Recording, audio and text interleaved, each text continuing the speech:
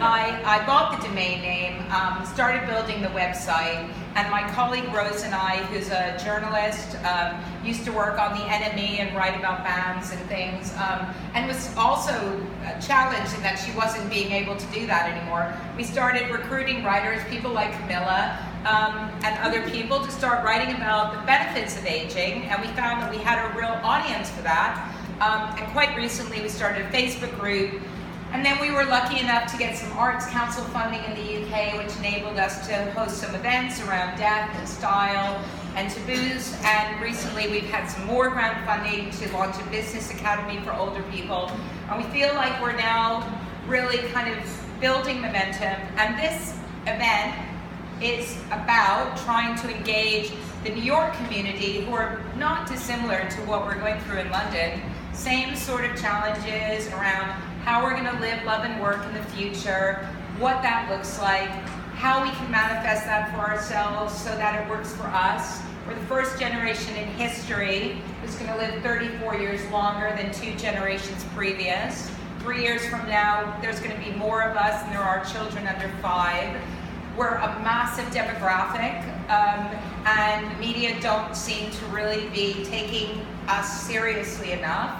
And we feel like we're in a position where we can take back the power and we can actually do something to transform the way that we live our lives, because we're going to live much, much, much older than any generation has ever. So for a lot of us, we might be working well into our 80s and 90s, which is pretty much inconceivable for anybody else. So really, what this event is about is hopefully Jonathan from now on will be able to work with some of you to host more events in this space, because we've got it, because it's Jonathan's home. So we can have lots of talks and events here, which I'd love.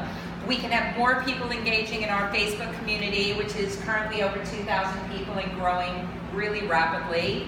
We can start to look at how we might get more grant funding here, because I do think there's opportunities.